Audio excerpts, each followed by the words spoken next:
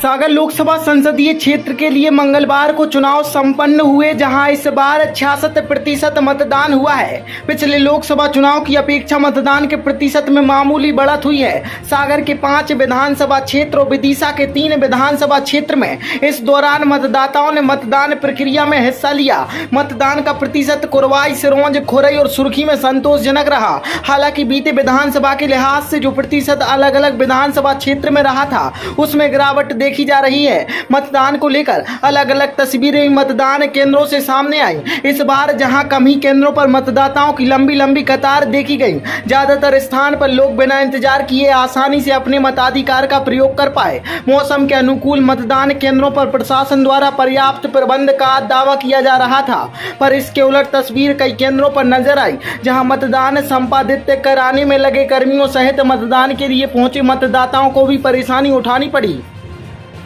उम्रदराज मतदाताओं के लिए घर पर ही मतदान की व्यवस्था उपलब्ध थी। इसके बाद भी बड़ी संख्या में ऐसे मतदाता मतदान केंद्र पर मत डालने पहुंचे, जिन्हें प्रशासन की उनके लिए दी गई सुविधा की जानकारी ही नहीं थी। दोपहर के बाद महिलाओं की संख्या मतदान केंद्रों पर ज्यादा देखी गई। मतदान करने पहुंचे मतदाताओं की मतदान को लेकर अपनी अपनी राय भी थी। सागर संसदीय क्षेत्र के चुनावी रण क्षेत्र में कुल 13 प्रत्याशी मैदान में थे, लेकिन मुख्य मुकाबला भाजपा और कांग्रेस के बीच देखा गया। जहां मतदाताओं ने अपनी पसंद के उम्मीदवार को वोट दे उसकी किस्मत ईवीएम में कैद कर दी है, जिसका खुलासा मतगणना के साथ ही हो पाएगा। दादा, कितने साल के हैं आप? कितनी उम्र हो गई आपकी? कितने साल के हो गए? 90 साल के। अभी इसके पहले बैलेट पेपर से जो मतदान हुआ था, उससे नहीं हुआ क्या आपका?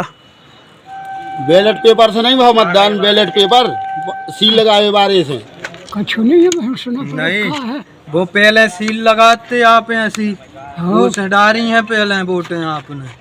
हाँ, आपका डाल है। अब बटन से आ गया सिस्टम। क्या नाम लिखते हैं आप? का नाम लिखा हो? मन्नू। और ये जो आज आपने मतदान किया है, लंबे समय हो गए हैं और आपने कई सरकारें बनाई हैं, कैसा महसूस कर रहे हैं आज मतदान करने आए आप? कहा हो थे, कहा दिए थे, कहा खरीदना। आपका राधा रानी। कितनी उम्र हो गई आपकी? 40 के जन। अच्छा, आज आप मतदान करने आई हैं, कैसा लग रहा है आपको? अब अच्छा लग रहा हो। अच्छा लग रहा है। हाँ। कितनी बार मतदान कर चुकी हैं अब तक आप? वो कर चुके पनवी थे। सरकार ने एक व्यवस्था लागू की थी, आपको घर पर भी मतदान की व्यवस्था थी, उसका लाभ नहीं मिला आपको? नहीं मिला आपको लाभ? भैया, दादाजी कितने वर्ष के हैं? 90 ईयर्स। ये मतदान करने आए हैं, कहाँ से आए हैं? गोपालगंज से। तो यहाँ पर कोई व्यवस्था नहीं थी? नहीं व्यवस्था थी। हम व्यवस्थाओं का उपयोग नहीं करते। क्या बताया अभी आपने? हाँ, व्यवस्थाओं की क्या व्यवस्था है यहाँ पर? व्यवस्था नहीं लेते, उपयोग नहीं करते। वोट डाला दादा, कैसा लग रहा है? बहुत बढ़िया, हमारी जीवन सार्थक होगा। क्या नाम लिखते हैं आप? मनोहल्ला अलग नहीं होती। मतदान पूरी तरह शांतिपूर्वक तरीके से यहाँ संस्कृत महाविद्यालय की सभी 7 पोलिंग में जो है सुबह 7 बजे से निर्विवादित रूप से जो है संचालित हो रहा है। अभी तक लगभग जो है 60% मतदान यहाँ हो चुका है। देखने में आ रहा है कि कुछ बुजुर्ग मतदाता हैं जिनकी उम्र 80+ के हैं, वो भी मतदान केंद्रों पर पहुंच रहे हैं, तो कहाँ आप लापरवाही मानते हैं कि इनको लाभ नहीं मिल रहा है? ये लापरवाही निश्चित रूप से मुझे भी परिलक्षित हुई है और इस दिशा में मैं जिला निर्वाचन को जो है शीघ्र ही अपना प्रतिवेदन भी बना के भेजूंगा।